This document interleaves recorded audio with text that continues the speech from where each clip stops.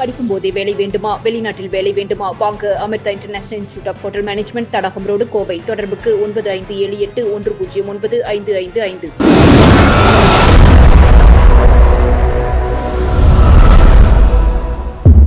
வணக்கம். கோவை கவுண்டம்பாளையத்தில் உள்ள கோவை வடக்கு கோட்டாட்சியர் அலுவலகத்தில் விவசாயிகள் குறைதீர்ப்பு கூட்டம் நடைபெற்றது. இதற்கு வடக்கு கோட்டாட்சியர் வினோத்குமார் தலைமை தாங்கினார். இதில் தமிழக விவசாயிகள் சங்கம் கட்சி சார்பில் மாநில தலைவர் வேணுகோபால் தலைமையில் கலந்து கொண்ட விவசாயிகள் கூடலூர் கவுண்டம்பாளையத்தில் சாக்கடை மேலாண்மை கழிவுநீர் சுத்திகரிப்பு நிலையம் அமைக்கக்கூடாது என்று மனு அளித்தனர். தொடர்ந்து அவர்கள் கூறும்போது, மேற்கு தொடர்ச்சி மலை ஓரத்தில் தடுப்பணைகள் உள்ள பகுதியில் சாக்கடை மேலாண்மை கழிவுநீர் சுத்திகரிப்பு நிலையம் அமைக்க நடவடிக்கை எடுக்கப்பட்டு வருகிறது. இதனால் விவசாயிகள் மற்றும் கால்நடைகள் பாதிப்படைகின்றன. மேலும் நிலத்தடி நீர்மட்டம் மாசு அடையும். அதனால் உரிய நடவடிக்கை எடுக்க வேண்டும் என்று கூறினர்.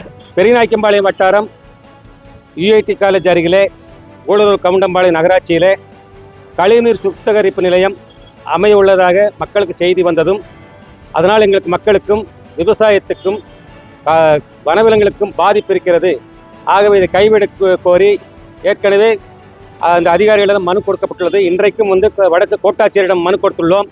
ஆகவே இதற்கான விளக்கம் உங்களுக்கு சொல்லி அதுக்காக ஒரு கூட்டம் போடுவோம். இந்த மாதிரி கழிவுநீர் சுத்திகரிப்பு நிலையத்தை கொண்டு காட்டுவோம்னு சொன்னாங்க. ஏன்னா இதுவரைக்கும் பல இடத்துல இந்த கழிவுநீர் சுத்திகரிப்பு நிலையத்தினால சுத்தமாக தண்ணீர் பண்ணாமல் பாதிப்பு ஏற்பட்டிருக்குது. ஆகவே மக்களுக்கு இருக்கக்கூடிய அச்சத்தை இதுவரைக்கும் அவர் போக்கவில்லை. என்ன நிலை என்பதை கூட அவர் சொல்லவில்லை. ஆகவே உடனடியாக கூட்டத்தை போட்டு அதன் விளக்கத்தை சொல்ல வேண்டும்.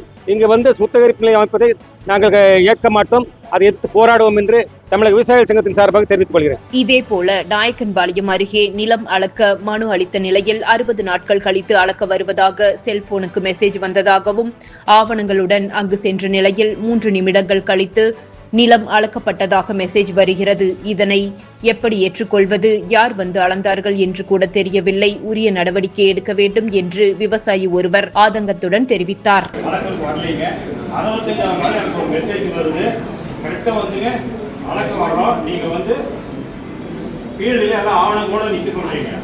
நானும் ஓடி போய் நிக்கிறேன். மூணாவது நிமிஷம் அளந்து எல்லைகள் காண்பிக்கப்பட்டதுன்னு சொல்லி வருது. அப்ப என்ன நடவடிக்கை? இதில் துடியலூர், வெள்ளக்கிணர், பெரியநாயக்கன்பாளையம், மேட்டுப்பாளையம், அன்னூர், கோவில்பாளையம் உள்ளிட்ட பல்வேறு பகுதிகளில் இருந்து விவசாயிகள் திரளாக கலந்து கொண்டு மனுக்களை கொடுத்தும் காரசார விவாதத்தில் ஈடுபட்டனர்.